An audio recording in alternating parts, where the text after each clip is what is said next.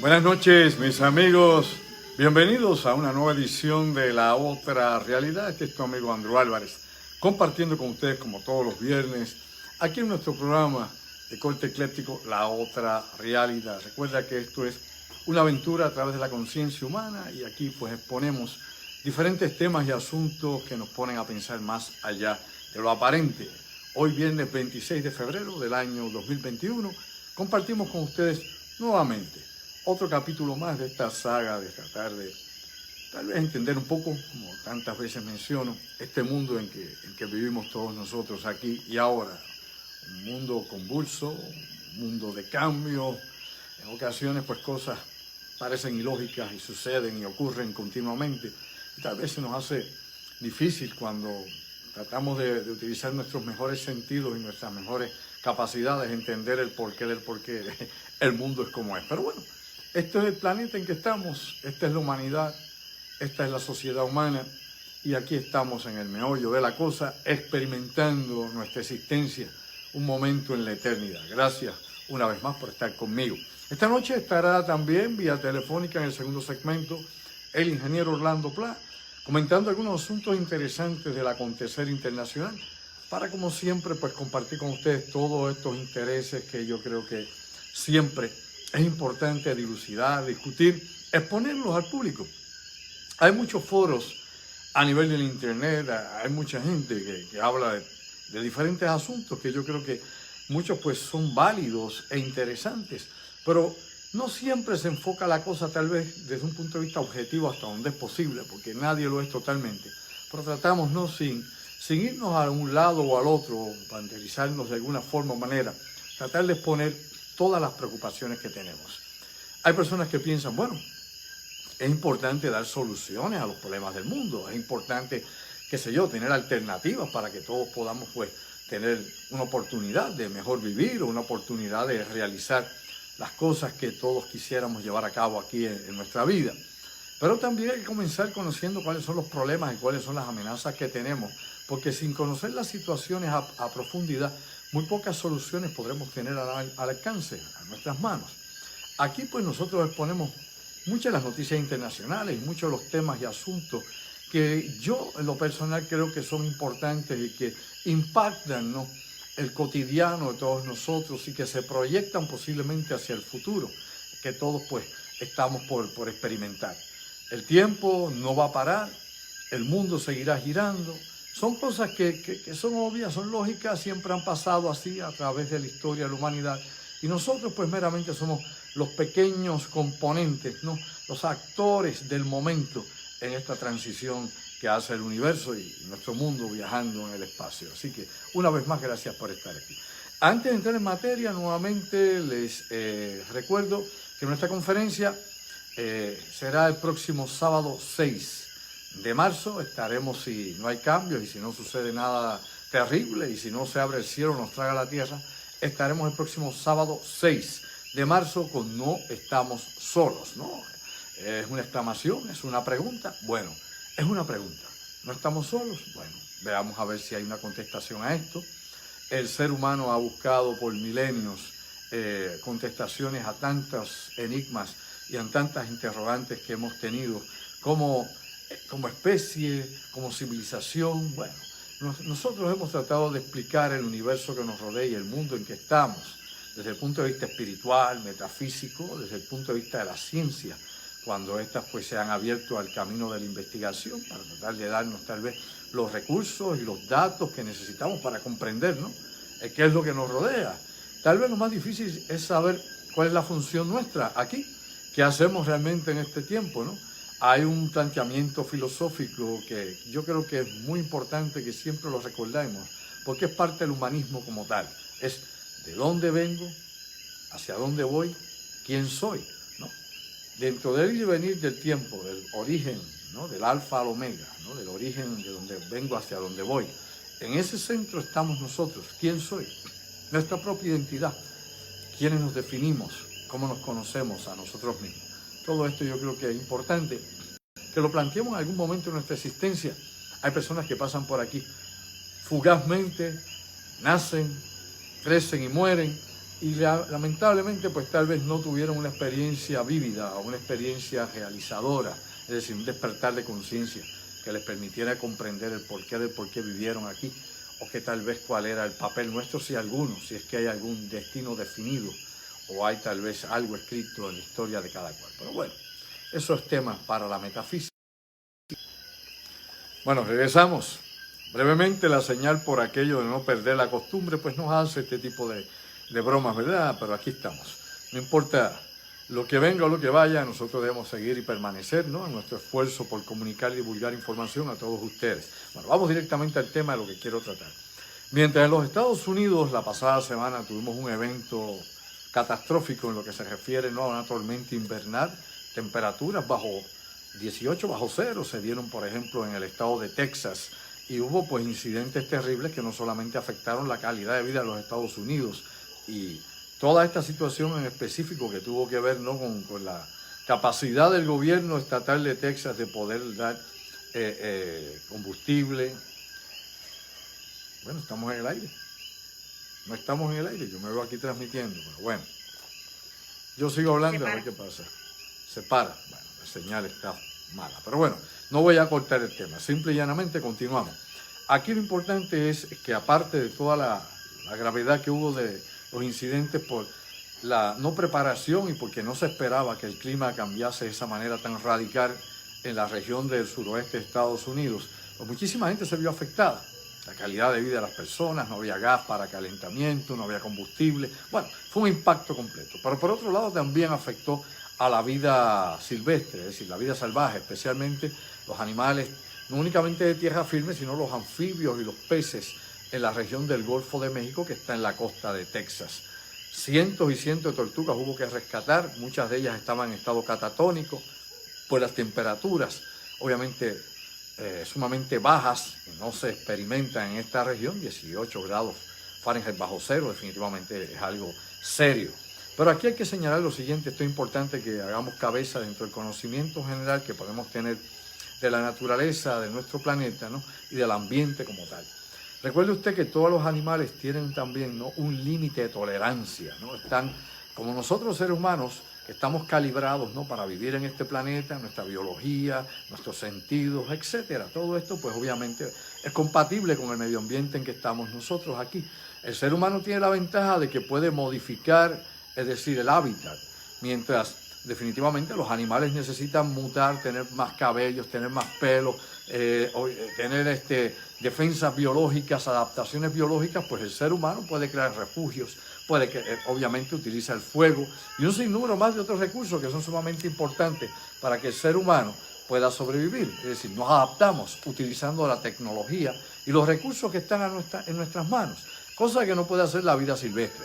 Pero bueno, mientras yo les digo todo eso y mientras estamos en esta situación de ver lo que ocurre con el cambio climático y el impacto en la naturaleza, en Estados Unidos hubo una ola de frío, sí, ese círculo ártico que se extendió, pero en Europa hemos tenido lo opuesto, es decir, calor invernal, algo que no es la primera vez que ocurre, ha ocurrido anteriormente, pero en estos momentos, para el mes de febrero, se rompieron todos los récords de altas temperaturas en países como Noruega, en países como Suecia, en los Países Bajos.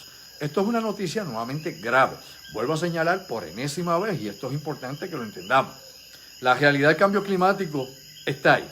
La evidencia está ahí. Tanto evidencia acumulativa a nivel científico de estudios como la evidencia empírica cuando estas cosas suceden in situ, en los lugares de los hechos.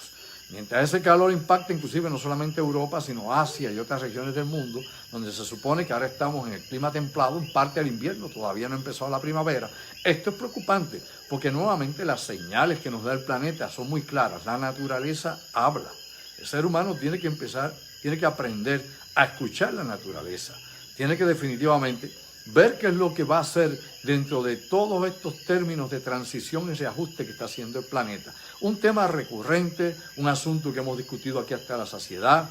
Vemos también, no la incapacidad, pero tal vez la inacción de muchos de los gobiernos del mundo, y no me refiero ahora a los gobiernos pobres, porque estos ni para alimentar su población tienen, sino a los gobiernos ricos, ¿no?, a los gobiernos poderosos, los gobiernos de Rusia, la Unión Europea, Estados Unidos, Canadá, entre otros más, Australia, etcétera, que tienen las capacidades económicas, que tienen, ¿no?, la preparación científica, que tienen los expertos en la materia, que pueden definitivamente crear los planes, ¿no?, y obviamente invertir económicamente en estos planes para enfrentar el cambio climático. Mientras yo digo eso, tenemos que pensar definitivamente en un tema que yo he hablado y que he traído muchísimas veces aquí, que es la sexta extinción. Un tema que no debemos olvidar porque está continuo. Recordemos nosotros que en los últimos 50 años, el 68% de la vida silvestre ha desaparecido. Literalmente se ha extinguido ante nuestros ojos. Según el ser humano sigue su expansión industrial, según el ser humano sigue expandiéndose en áreas urbanas, según seguimos conquistando terrenos, según seguimos explotando los océanos y todo lo que nos rodea, la naturaleza muere. Y recordemos ese axioma: si la naturaleza muere, morimos con ella. O sea, no hay otra.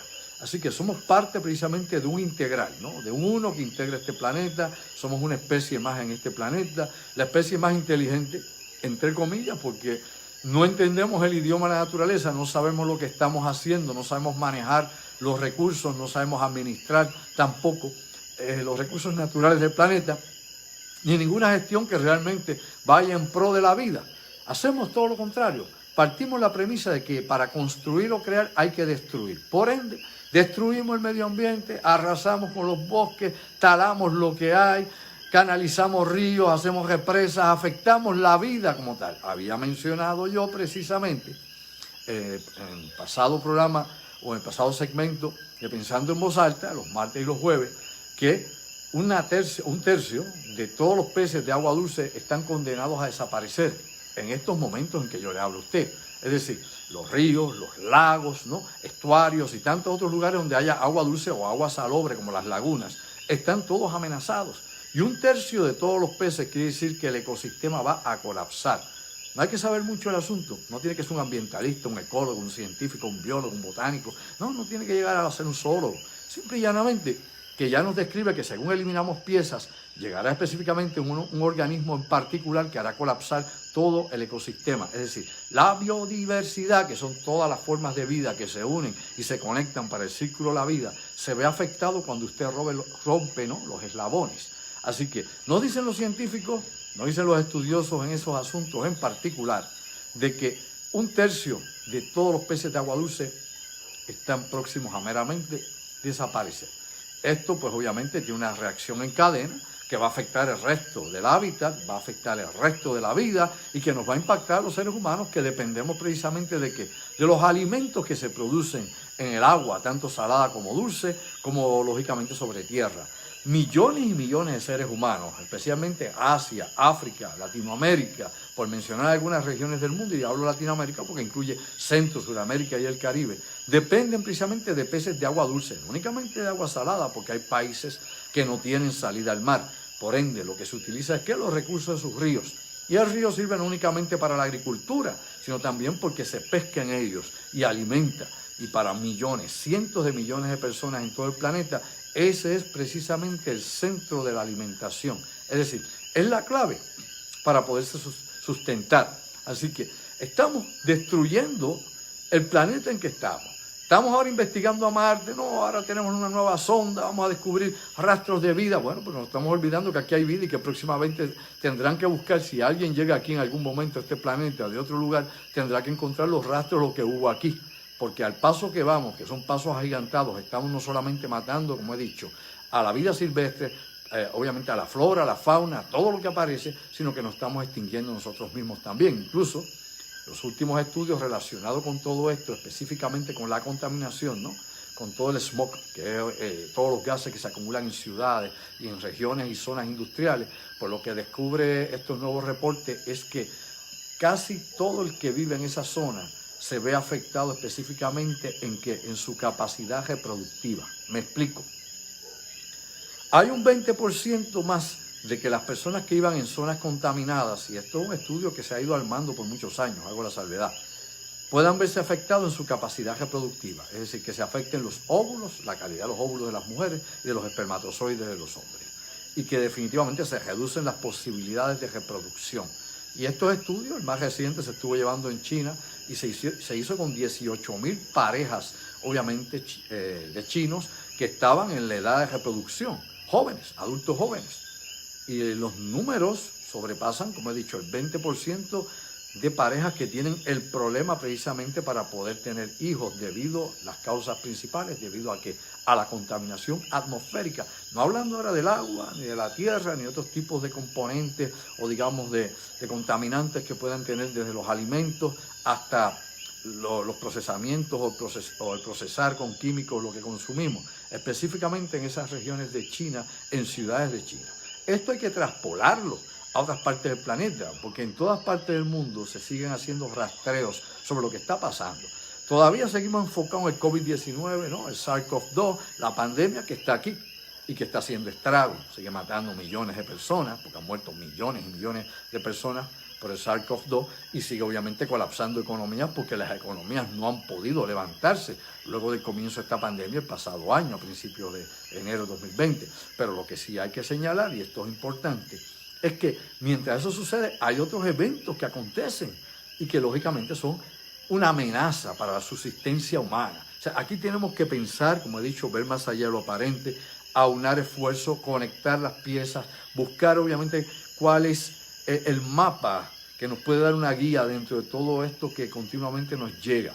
A veces es muy difícil poder, ¿no?, identificar toda la información que recibimos por los medios de noticias, las publicaciones, tanto las digitales, que son las que más se leen ahora, porque la gente va más, obviamente, a las librerías digitales que a los libros como tal. Los libros, pues, están, obviamente, en etapa de decadencia.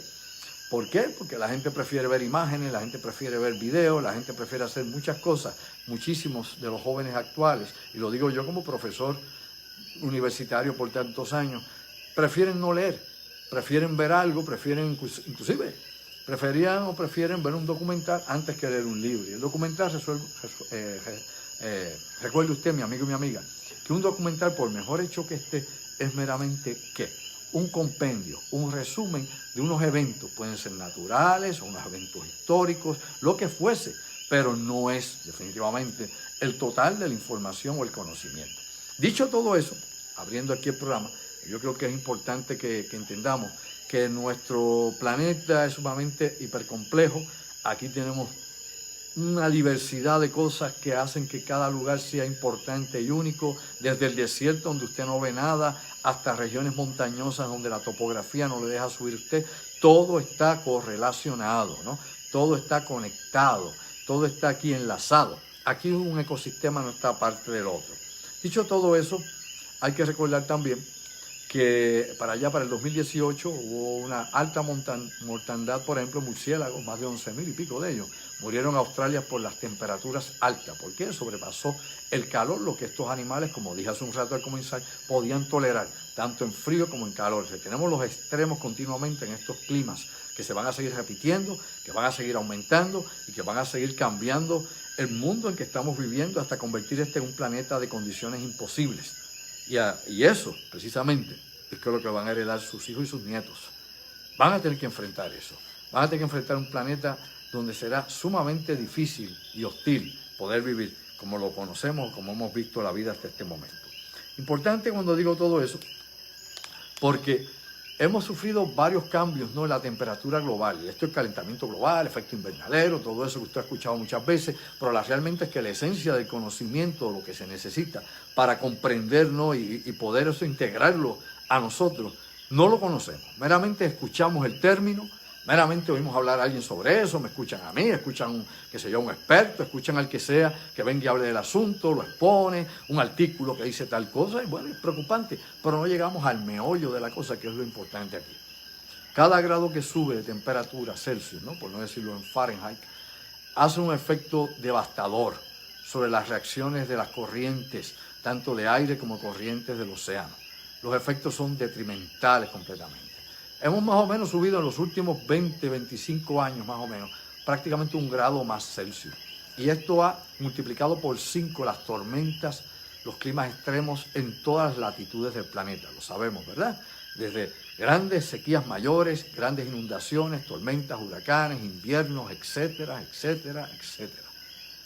Eso se va a seguir aumentando porque se supone que tratemos de mantener más abajo de 2 grados centígrados la subida de temperatura, como hemos hablado en otras ocasiones aquí, por la acumulación obviamente del carbono en la atmósfera, cosa que hemos discutido hasta la saciedad. Tenemos un sinnúmero de problemas, hay que hablar como es a calzón quitado, tenemos un sinnúmero de problemas. Los problemas no es únicamente la contaminación humana por la cuestión industrial y la tecnología que tenemos de quemar hidrocarburos, ¿no? Quemar carbón y todo lo que puedan ser los combustibles fósiles. Más allá de eso, o de la contaminación química que producimos por las plantas químicas, las petroquímicas y todo lo que pueda haber en la industrialización y la cantidad de desechos que lamentablemente no reciclamos. Aparte de todo eso, que es una realidad que está ahí, que a veces la gente ni piensa en eso en el diario vivir porque uno está metido en lo de uno, acá en sus problemas y no le da tiempo a meditar sobre eso que nos afecta a todos por igual. Importante señalar. Aparte de toda esa contaminación humana, el planeta, dentro del reajuste que está haciendo y dentro de la situación en que estamos ahora, de transición, el planeta está liberando motus propio, por el ciclo natural, más carbono a la atmósfera. Es decir, los océanos están liberando carbono. El metano, que hemos hablado de él muchas veces aquí, esto lo he explicado anteriormente, pero para refrescarnos la memoria, lo vuelvo a repetir. El metano, por ejemplo, que está en la tundra, que está en el permafrost, que se está descongelando, que se está liberando, pues es un gas de efecto invernadero mucho más peligroso que el carbono, que el dióxido de carbono, que el monóxido de carbono, que cualquiera de esas otras variedades. Sumamente peligroso, aparte de ser muy volátil. O sea, estamos en una situación donde el planeta está liberando todo eso él también. A eso le añadimos la quema de bosques, que lo he mencionado anteriormente, aparte de toda la otra contaminación humana propiamente, la actividad humana, y tenemos un grave problema. Problema que muchos no quieren enfrentar, un problema que la gente trata que se pierda en el tiempo, de aquí a 10 años tal vez, de aquí a 15, 20, y tratan de alejar la cosa, ¿no?, de su realidad actual. Eso no se puede hacer, no se puede evadir, lamentablemente no podemos evadir esa responsabilidad. Dicho todo eso, brevemente aquí, entrando en el programa, algunos de los temas que tengo aquí, los temas que yo voy apuntando para tratar de llevar una secuencia de todos estos asuntos a discutir y se los traigo porque es importante. Hay una noticia interesante, saliendo brevemente por un rato de la cuestión del cambio climático y de la amenaza global, porque aquí nadie se escapa de esto, por el momento, nadie. Si quiere escaparse, váyase qué sé yo, a Marte, a ver si puede sobrevivir en Marte. Cosa difícil porque ahora, inclusive las pruebas que se hicieron recientemente con extremófilos, no en Marte, pero aquí en la Tierra, replicando, ¿no?, las condiciones de Marte y elevando estos microorganismos extremófilos, que son organismos que resisten condiciones ambientales mucho más fuertes, dramáticas y hostiles que el resto de la forma de la vida microorgánica o de la vida más, digamos, nosotros, más compleja, como los humanos y los mamíferos. Se hizo un pequeño experimento donde se expusieron a 30 kilómetros, ¿no?, a la altura, lo que se llama la atmósfera media de nuestro planeta, y se pusieron a los rayos cósmicos que son la equivalencia de lo que da en la atmósfera o sobre la superficie del planeta Marte. Recuerde que Marte tiene una atmósfera pero que es mucho más tenue que la nuestra, aparte que no tiene una capa de ozono, aparte que no tiene un campo magnético, nada de eso que lo pueda defender de los rayos cósmicos o los rayos ultravioletas del Sol, de nada, de lo que hay en el espacio ulterior.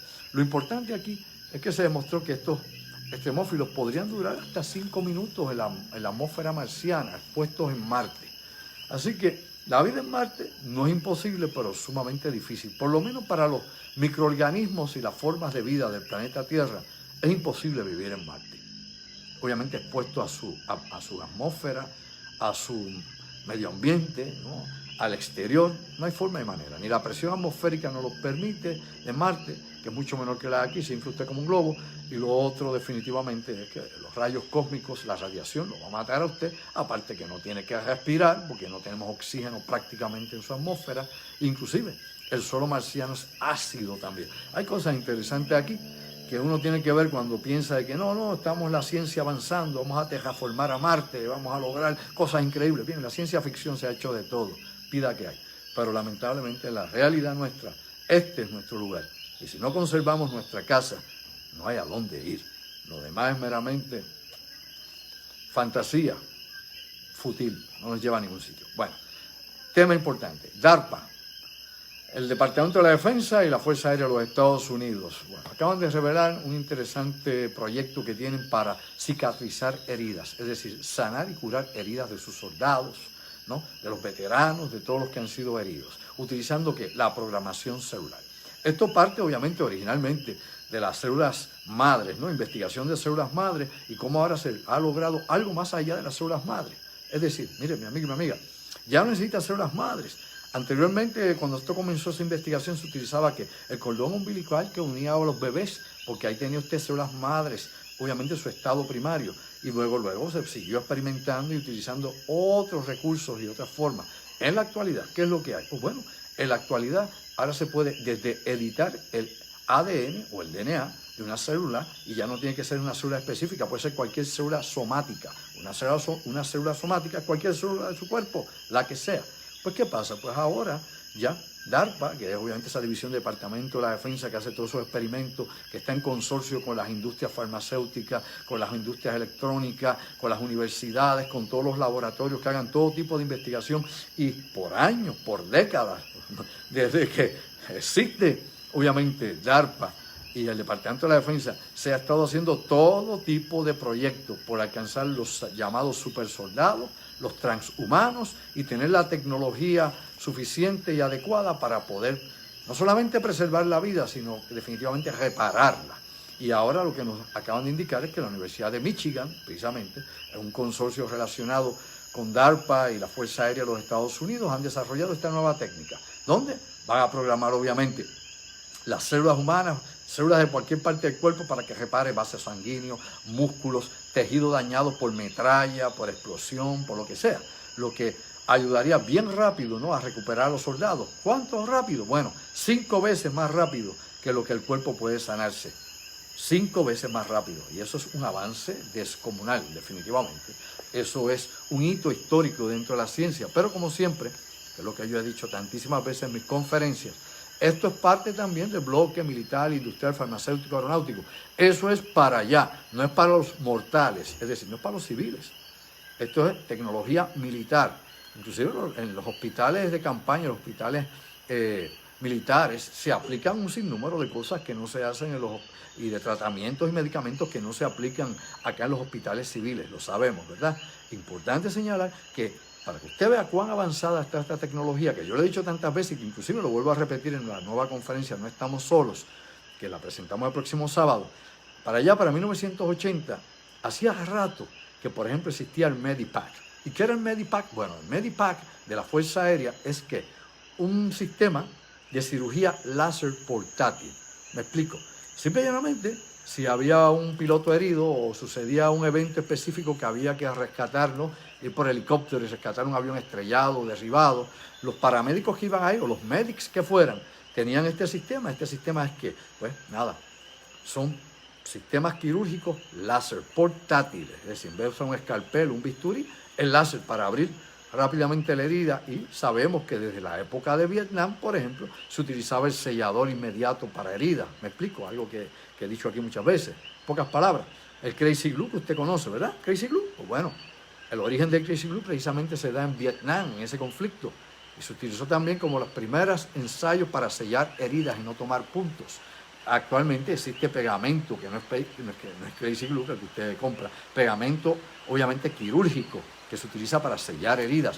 Y hay muchos otros más que ahora se van a utilizar precisamente con esto, con este tipo de tecnología avanzada que sigue acelerando en el bloque militar.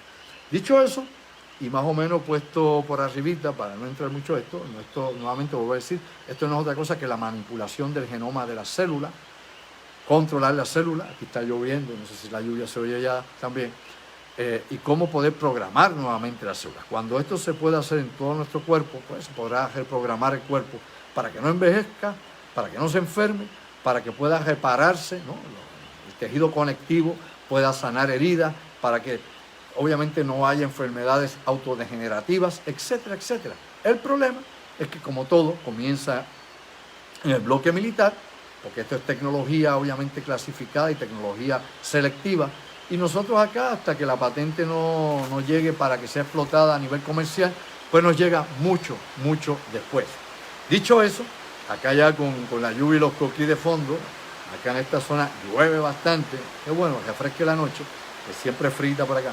Hay una noticia que también nos tiene que poner a pensar sobre la situación política y la situación obviamente de la amenaza de los conflictos a nivel internacional, que es un tema recurrente aquí en la otra realidad. Y me explico.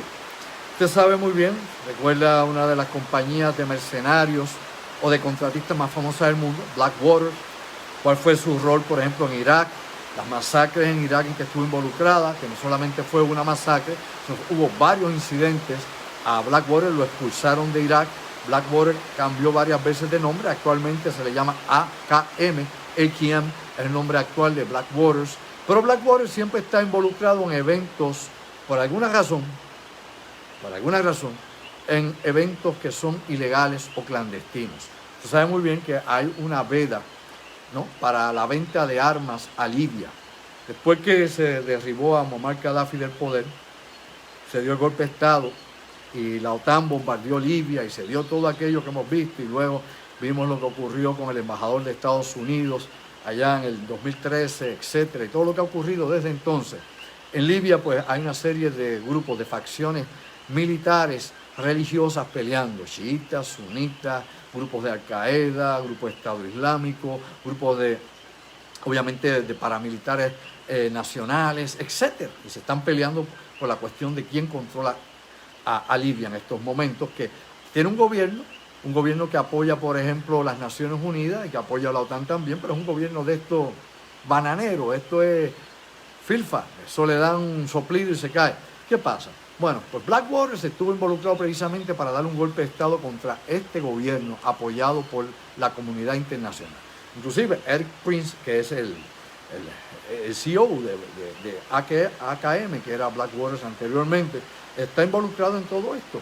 Aquí hay involucrado desde mercenarios que han ido a pelear allá de esta compañía, otros que han sido subcontratados para ir a pelear a Libia también un golpe de Estado, aviones de guerra que se han llevado allí, lanchas torpederas también llevadas allí para llevar a cabo un golpe de Estado, y todo esto a cambio de $80 millones. Hay un viejo dicho que dice que con chavo en la lata baila el mono. Pues bien, definitivamente los mercenarios trabajan por dinero, no por convicción, no por ideales, ¿no? Nada que sea glorioso, simplemente por dinero.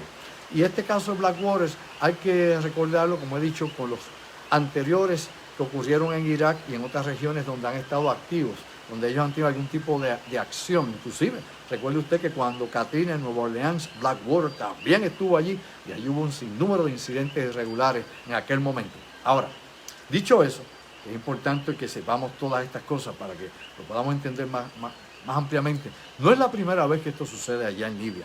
Cuando Muammar al-Gaddafi era obviamente el hombre duro, ¿no?, el dictador allá en Libia, para la década de los años 80 y 90, contrataba precisamente ex boinas verdes de los Estados Unidos. Por ejemplo, el coronel Frank Telpi. Frank Telpi, búsquelo, para que vea quién es. Frank Telpi simple y llanamente había sido uno de los más distinguidos coroneles de los Green Berets, de las boinas verdes, que eran las primeras fuerzas especiales que tenían los Estados Unidos para ese tipo de entrenamiento en el mundo y que estuvieron activos en Vietnam. Pues bien, contrató a este señor y se trajeron un sinnúmero de instructores que habían estado en el ejército de los Estados Unidos, de las fuerzas especiales, para entrenar obviamente a las fuerzas, obviamente élite de Muammar al-Gaddafi. Recuérdense que Gaddafi tenía guardaespaldas femeninas, le gustaba tener mujeres altas, que practicaran artes marciales, que usaran armas, le encantaba estar rodeado de esas modelos, esa era su protección, entre comillas, y que también, al igual que Corea del Norte, tenía su propio programa Cisne Azul. ¿Y qué es esto? Bueno, cisne negro es cuando se habla de que va a haber un golpe inesperado en las bolsas de valor y se cae todo esto. Cisne azul, dentro de los cuerpos de inteligencia, dentro de ese mundillo en particular, se refiere obviamente a la seducción, ¿ok? A la seducción y sobre todo a la coacción que se puede hacer contra funcionarios militares, políticos, embajadores de otros países a través de la explotación sexual. Me explico para que usted entienda. En Corea del Norte el programa se llama Cisne Azul. El programa que tenía, por ejemplo, Gaddafi allá en Libia, lo dirigía precisamente un norteamericano, un estadounidense, otro más contratado allá, que se llamaba Moisés Davis. Este tema yo lo he hablado antes, lo he discutido, qué sé yo, infinidad de veces. Y que tenía una iglesia, un culto llamado Los Niños de Dios, y que estuvieron aquí en Puerto Rico 2 años, para allá 1974, 75, 76, perdón.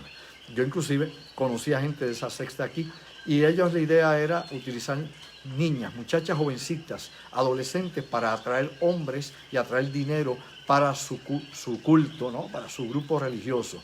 Moisés Davis tuvo que huir de Estados Unidos, se refugió precisamente en Libia con Gaddafi y sus niñas las convirtió en espías y prostitutas para el sistema de cisne azul que tenía Gaddafi.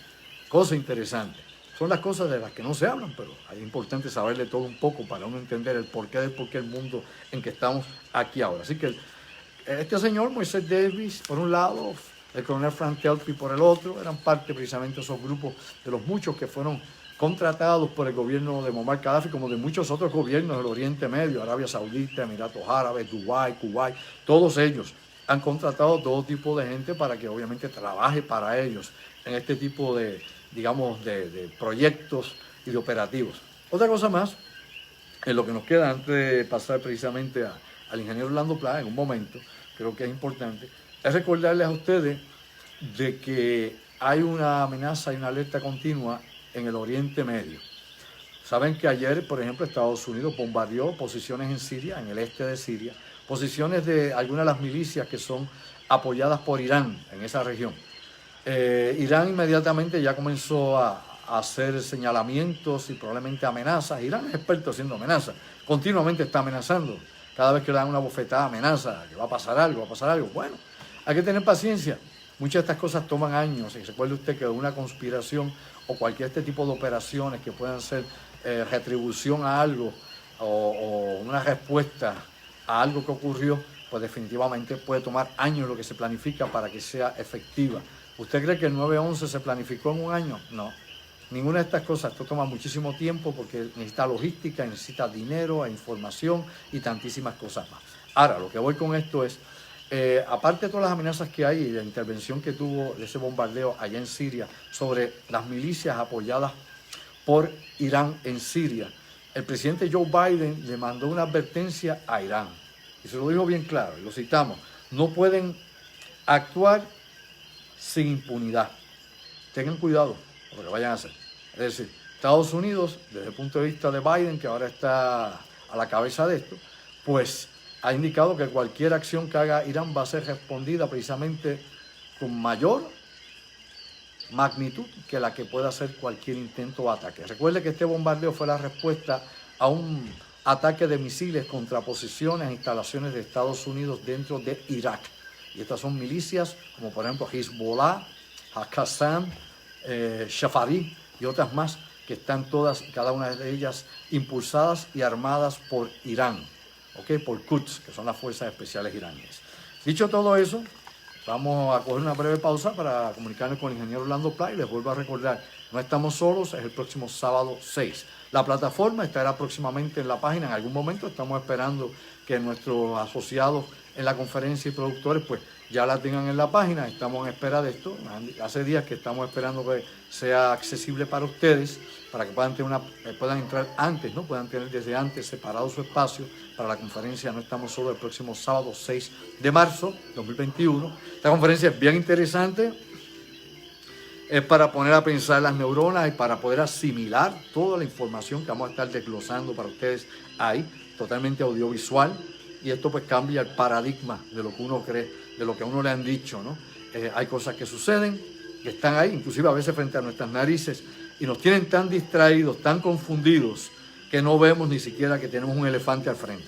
Cosas así pasan, y de eso se trata esto, ver más allá de lo aparente y poder entender si hay visitantes o no en nuestro mundo, o si hay alguien que está aquí antes que nosotros y es dueño de todo lo que tenemos aquí y controla lo que hacemos realmente. Bueno, eso y mucho más, es bien interesante. Vamos a una pausa y regreso con el ingeniero Orlando Pla en un minutito más o menos. Gracias, mis amigos. Manténganse ahí, que no me voy.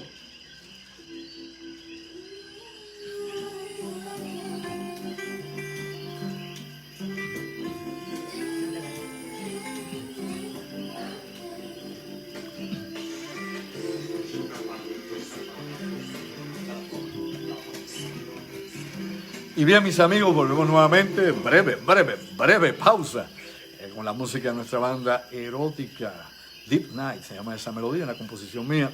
Mi productora, Enis Bey, aquí con nosotros, como siempre apoyándonos en todo esto. En algún momento le pediré un poco de agua, porque no es fácil estar con este trote que yo llevo acá. Ya está conmigo, acá vía telefónica, conectándose con nosotros en la otra realidad, mi directo amigo y colaborador, el ingeniero Orlando Pla. Orlando, bienvenido a la otra realidad. Un placer estar contigo, tú vienes en la noche para discutir todos estos temas de interés mundial para todos los que viven en Puerto Rico. Seguro que sí, Orlando. Bueno, vamos a entrar en materia rápidamente. En los últimos tiempos se ha estado hablando, Orlando, de un pasaporte precisamente para las personas que estén vacunadas, ¿no? Es un pasaporte de inmunidad, dicen algunos, y que países como, por ejemplo, Israel ya tiene una plataforma donde uno entra y se suscribe y se inscribe, ¿no?, para utilizar o tener este tipo de pasaporte. En el Vaticano, allá en Roma, aunque el Vaticano es un estado dentro de otro estado, ¿no?, el estado de la Iglesia Católica dentro del gobierno italiano o dentro del territorio italiano, también está en ese proceso. Aparentemente, pues Alemania va también en ese camino y otros países de la Unión Europea. Parece que esa va a ser la fórmula para garantizar el movimiento de sus ciudadanos. ¿Qué hay con esto y con Alemania en particular?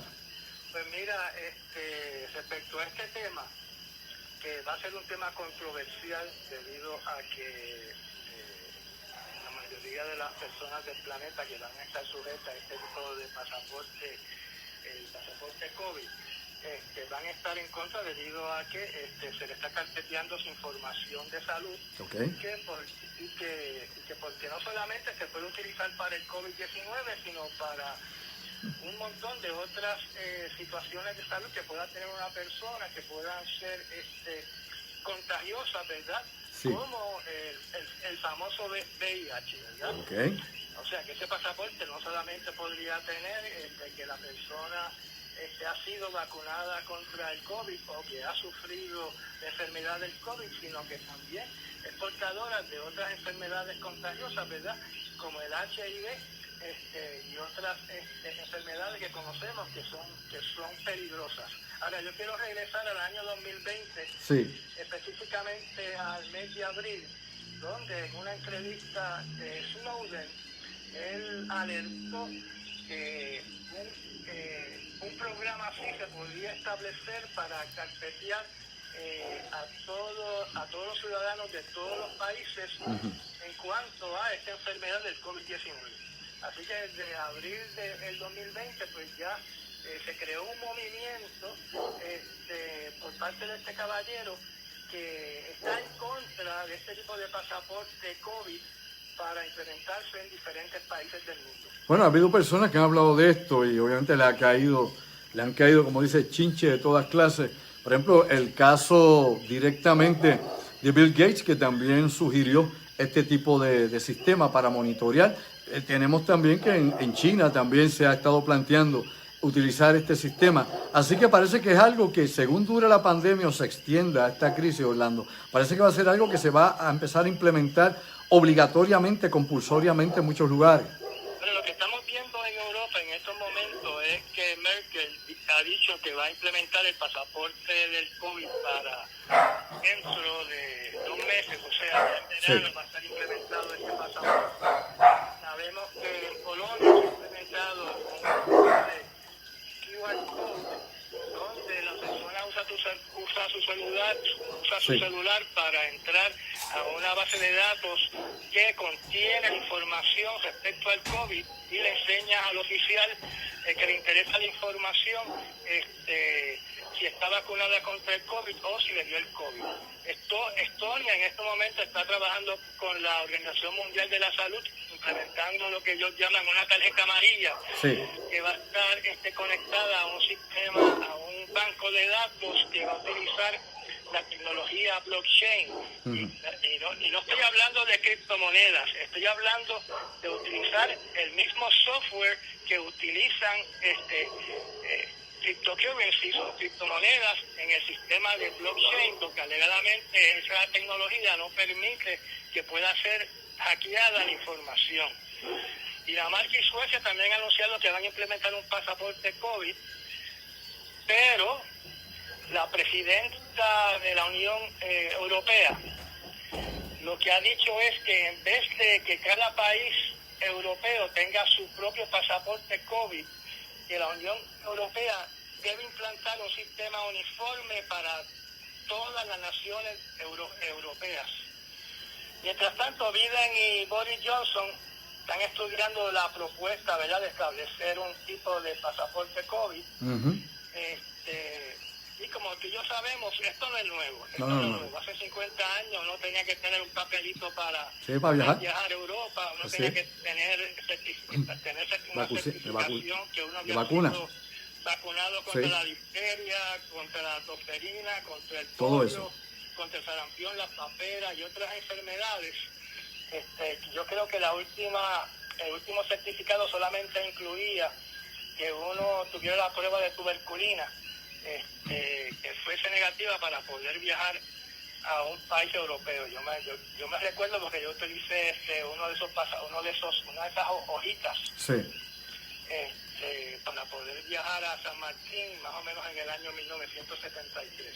Bueno, yo tuve que vacunarme muchas veces para poder viajar a muchos lugares, no únicamente porque habían sitios que requerían de vacuna, sino que para protección de uno mismo, porque uno iba a zonas donde obviamente había una serie de enfermedades que eran peligrosas y uno no tiene anticuerpos porque esas enfermedades son endémicas de allí. Uno no tiene anticuerpos de lo que va a encontrar en estos lugares, por ejemplo, sea zonas de África, Sudamérica u otras regiones más.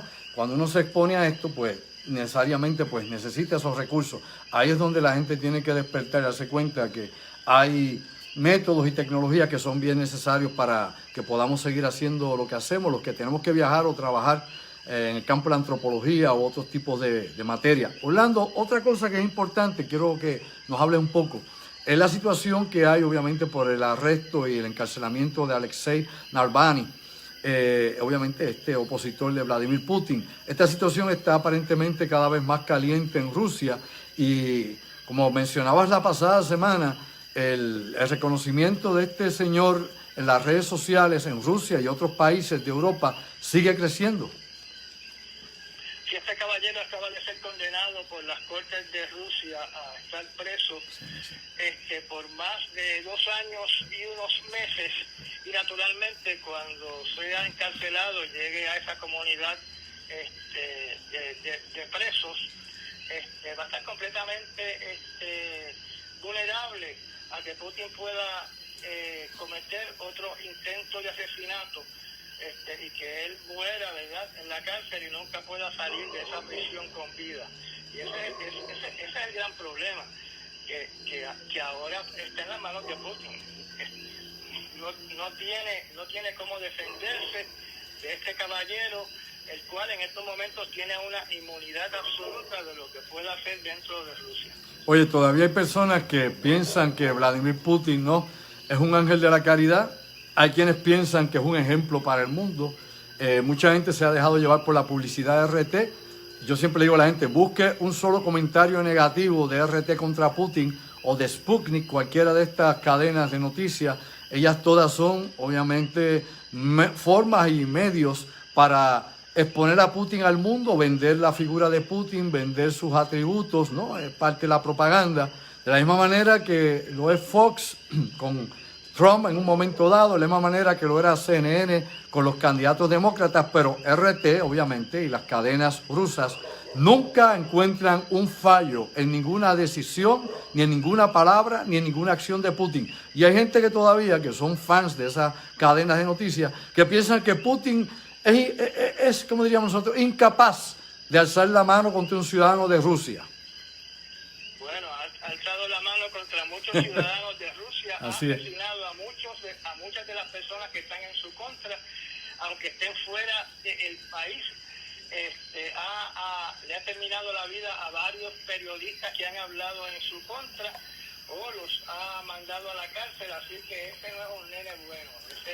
Él nació dentro de la mafia rusa, y de ángel no tiene nada. No, Pero de listo e inteligente. Es una persona asombrosa en esa área. No, es muy bien entrenado por la KGB por mucho tiempo, así que el pedigrí es extenso, Orlando. Bueno, y hablando de este tipo de situaciones, vamos a hablar un poquito también, ya que hablamos de la represión esa en Rusia contra Alexei Navalny, pero vamos a hablar también el caso que todavía sigue corriendo desde el 2018, que es el asesinato del periodista saudí Khashoggi, específicamente la relación con Mohammed bin Salman, el príncipe heredero, y estas revelaciones que se han estado dando y los señalamientos que ha hecho Estados Unidos de que tiene información de inteligencia, que obviamente involucra directamente a Mohammed bin Salman, al príncipe heredero de Arabia Saudita, y que esto pues se debe añadir a las grabaciones que tiene Turquía sobre el uso de sierras y el asesinato dentro de las instalaciones diplomáticas saudíes allá en Turquía, y todo lo que se ha ido recogiendo, inclusive que Joe Biden habló directamente con el rey de Arabia Saudita sobre este caso. ¿Qué hay sobre eso, Orlando? Bueno, sobre el informe de inteligencia de Estados Unidos que implica al príncipe heredero de Arabia Saudita, Mohammed bin Salman, en el asesinato del periodista Jamal Khashoggi, que ocurrió en el año 2018, la reacción de Biden, lo que se está diciendo que la reacción de Biden en estos momentos es que no va a tomar acciones en contra de Arabia Saudita. Para variar. Naturalmente no sabemos si Erdogan, donde ocurrió el asesinato, va a tomar acciones en contra de Arabia Saudita. Aquí hay un enorme problema que tiene Estados Unidos, y es que Jamal Khashoggi realmente no era un ciudadano estadounidense, claro que no. Si era periodista del Washington Post. Sí. O sea, no era estadounidense, aunque tiene 2 hijos que son estadounidenses. Y entonces tenemos una nación como Estados Unidos, que también es una nación activa en los asesinatos fuera de sus fronteras. Recordemos que bajo la administración de Bush o de Obama se dio una orden donde la CIA podía asesinar a cualquier persona que fuera enemigo de los Estados Unidos en algún país que no fuese Estados Unidos. O sea, tenían permiso para asesinar fuera de los Estados Unidos. Bueno, yo recuerdo que desde la época de Ford, para allá, para 1976, se había prohibido a la CIA llevar a cabo directamente estos asesinatos políticos o de enemigos de Estado. Y ese tema tú y yo lo discutimos hace mucho tiempo atrás, precisamente, cómo eso se había nuevamente restaurado y cómo si se permite entonces la eliminación de enemigos de Estados Unidos de esta manera y de esta forma directa. Por eso, si el presidente de una nación, ¿verdad?, tiene la autoridad para mandar a matar a otra persona en otro país, entonces ¿cómo uno le va a negar ese derecho al príncipe Salman, que en este momento está corriendo el país claro. de Arabia Saudita? Si se permite que Israel mande a sus asesinos a matar a personas en diferentes países, y Estados Unidos lo permite, pues ¿con qué moral le van a decir a Salman, al príncipe Salman, que cometió un delito al ordenar el asesinato de un ciudadano de Arabia Saudita llamado Jamal Khashoggi? No, definitivamente, Orlando. Aquí es donde están las contradicciones. Seguro que sí. No, es muy difícil bregar con eso, es como la cuestión de los derechos humanos. Tienes países como Arabia Saudita que está en el Comité de Derechos Humanos de las Naciones Unidas, violando derechos humanos. Inclusive, es un tema que habíamos hablado en conferencia y en la otra salida en radio hace un par de años atrás, era que muchos de los que están encarcelados, por ejemplo, allá en las cárceles de Guantánamo, cuando le indicaban que los iban a trasladar a Arabia Saudita para que los interrogaran en Arabia Saudita o los iban a enviar a Egipto, inmediatamente cantaban como si fuera un gallito kikiriki o cantaban como canarios, porque en esos lugares definitivamente la tortura física, la tortura cruda es directa. Bueno, Orlando, hablando de otros asuntos, ya que toco esta cuestión también de lo que puedan hacer este tipo de operaciones, Francia aparentemente va a continuar con sus operaciones militares en África, en las regiones que eran sus antiguas colonias. ¿Qué hay con el presidente Macron y esta decisión de Francia de estar activo militarmente? Mira, el presidente Macron tiene una presión, ¿verdad?, política en Francia, que debe retirar las tropas de lo que se conoce la región de Sahel, debido a que esa intervención militar se está convirtiendo en una guerra sin fin, o sea, lo que ellos llaman un forever war, una guerra eterna, más o menos lo que tiene Estados Unidos en Afganistán, que sí, es una guerra eterna. Este territorio de Sahel va desde la costa oeste de África, en Mauritania, hasta el Sudán y la costa del Mar Rojo.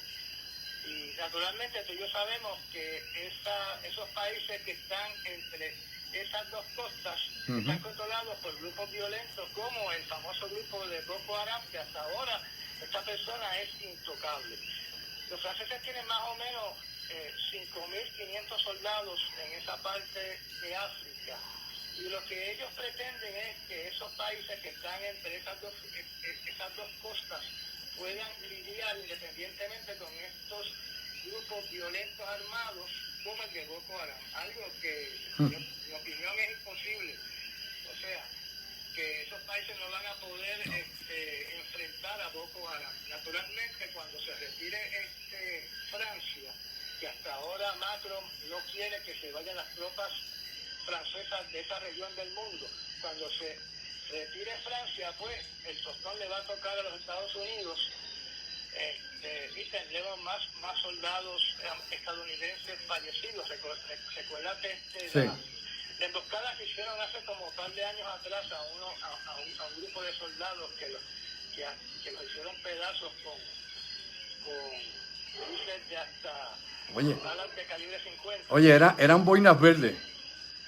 Sí, eran boinas verdes. Eran boinas verdes. O sea, sabemos que hace más de una semana atrás militantes de Boko Haram entraron en una escuela en Nigeria y se llevaron, en Níger, y se llevaron a 42 personas, de las cuales 27 eran estudiantes. Bueno, Se repite con demasiada frecuencia y hemos visto como ni los europeos ni los estadounidenses han podido detener a Boko Haram. De hecho, si retira Francia, Boko Haram naturalmente va a adquirir más poder. De hecho, en estos momentos hay otro secuestro de 300 y pico más de estudiantes adicionales y se cree que Boko Haram nuevamente ha llevado a cabo esta fechoría. También hay que señalar un par de puntos aquí interesantes, lo que tú mencionas como información adicional. Sahel, precisamente, esa región de Sahel que queda cerca, de parte también, una parte suroriental del Sahara, es el lugar donde también se crea gran parte del polvo del Sahara que llega acá al Caribe, de Sahel, para que la gente sepa. De allá nos viene. Y por otro lado, ya que hablas de Mauritania, hay una película que deben ir a ver, yo se la recomiendo. Se llama The Mauritanian. Esta película está en el cine aquí en Puerto Rico, vaya con su mascarilla. Yo cada vez que voy al cine, no hay más de 4 o 5 personas en el cine y está todo muy bien controlado. Es más seguro que ir a la farmacia y más seguro que ir al supermercado, yo se lo garantizo. Esta película, The Mauritanian, habla precisamente de un caso real, efectivo. Inclusive aparece la persona involucrada del arresto de este joven de Mauritania acusado de ser parte de Al Qaeda bajo un falso pretexto y meramente torturado por los servicios de inteligencia de Estados Unidos y por los servicios militares, sin tener que ver realmente nada con Osama Bin Laden, y como muchos otros casos más. Esa película es interesantísima, trabaja Jodie Foster también, la pudimos ver el pasado fin de semana, y los datos sobre lo que está ocurriendo, por ejemplo, allá en Camp Delta, en Guantánamo, son claros, cómo se hace la tortura, cómo se trata a los prisioneros, y cómo tuvieron que liberar a este señor luego de, más de 12 años de estar preso, torturado y abusado, siendo inocente. Cosas interesantes, Orlando. Bueno, otra pregunta, Orlando, ya que estamos hablando de todo esto, y hablamos de Francia, hablamos de Mauritania y todo esto que mencioné yo por aquí, tiene que ver con la cuestión de la vacunación en Latinoamérica y con la interesante relación contradictoria que existe, por ejemplo, entre Argentina y China. Las vacunas chinas en Argentina y los recursos naturales de Argentina y China, bueno, todo un meollo de cosas que nos tienen que poner a pensar más allá de lo aparente. ¿Qué hay con eso, Orlando? Pues mientras el pueblo de Argentina condena que la Marina de Pesca de China esté explotando las riquezas de los recursos marinos a 200 millas náuticas en la frontera de lo que son las aguas territoriales de Argentina, y que en el año 2016 la Marina de guerra de Argentina hundiera un barco de pesca chino y tiroteara al otro en el año 2019. Con todo y eso, hay una relación contradictoria entre ese país y China, donde en estos momentos China está enviando la vacuna Sinopharm, fabricada en China, para que los argentinos se puedan vacunar contra el COVID-19. A esto tenemos que añadir algo que tal vez salga en algún momento en alguna película de Hollywood, donde Argentina autorizó a China a tener una base en la Patagonia. Esta base se llama la Estación de Monitoreo del Espacio Profundo que es administrada por la agencia china Satellite Launch and Tracking Control. Y yo quiero que tú conozcas los siguientes detalles de esta base en la Patagonia, que está bajo el control de China. Okay. Número uno, esta base no tiene que decir a Argentina qué equipo exactamente es qué equipo exactamente están instalando y para qué lo está usando. Esta base militar no paga impuestos, absolutamente, ni impuestos de entrada, ni impuestos de salida, y todo lo que compra el gobierno de Argentina no le puede aplicar impuestos. Tiene control absoluto de lo que observa. Argentina no se puede meter en qué es lo que está observando y qué está haciendo esta base china en la Patagonia.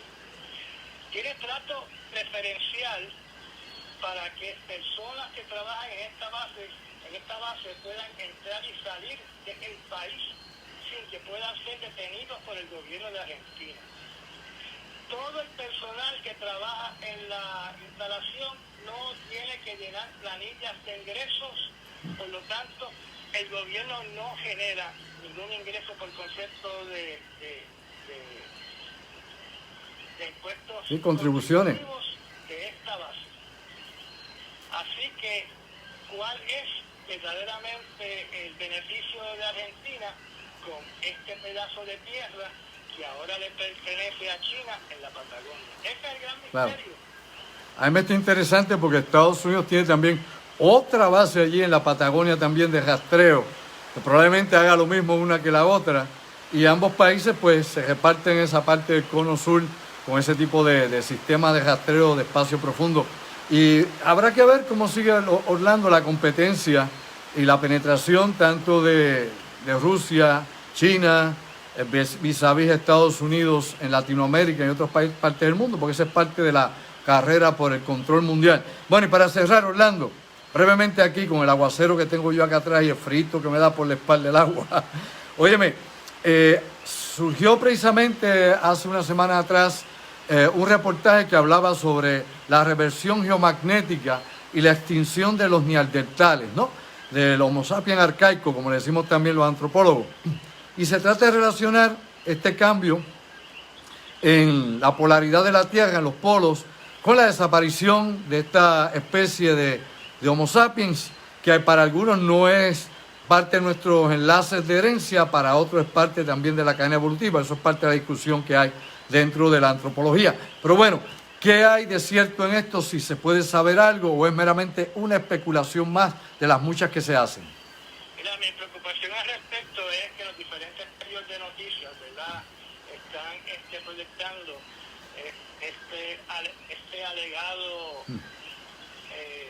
esta alegada exclusión de los neandertales como un ejemplo de cómo tú y yo, o sea, cómo el hombre moderno podría desaparecer o ser extinto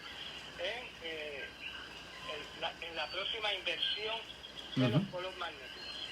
¿Okay? Esta gente de la Universidad de Australia lo que está diciendo es que ellos encontraron evidencia mirando los anillos de unos árboles en Nueva Zelanda de que hubo un cambio, hubo una inversión magnética hace 42.000 años, que esa inversión duró 1.000 años y que, o sea que duró desde hace 42.000 años hasta hace 41.000 años. Y entonces ellos indican que el hombre moderno, tú y yo, nos metimos dentro de una cueva a hacer criptografías y los neandertales se quedaron en el exterior y fueron azotados por los rayos ultravioletas del sol y eso los llevó a la extinción.